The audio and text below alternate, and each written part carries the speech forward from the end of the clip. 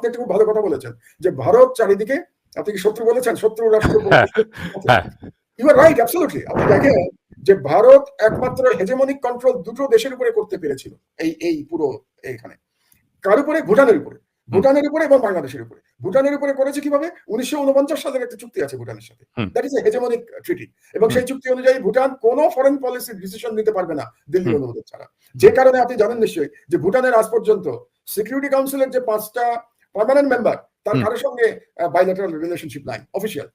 তার কোন এই 5 দেশের কোন দেশের দূতাবাস নাই ভুটানে। সিমিলারলি ভুটানের দূতাবাস এই 5 দেশে নাই। কেন?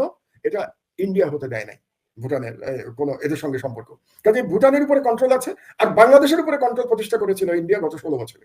বাংলাদেশের সাথে কোনো চুক্তি নাই, এই ধরনের কোনো হেজেমনিক ট্রিটি নাই, বাট আনঅফিশিয়ালি আমরা আমাদের দেশটাকে শেখ হাসিনা ইন্ডিয়ার একটা ভসলে পরিণত করেছিল, ইন্ডিয়ান একটা কলোনিতে পরিণত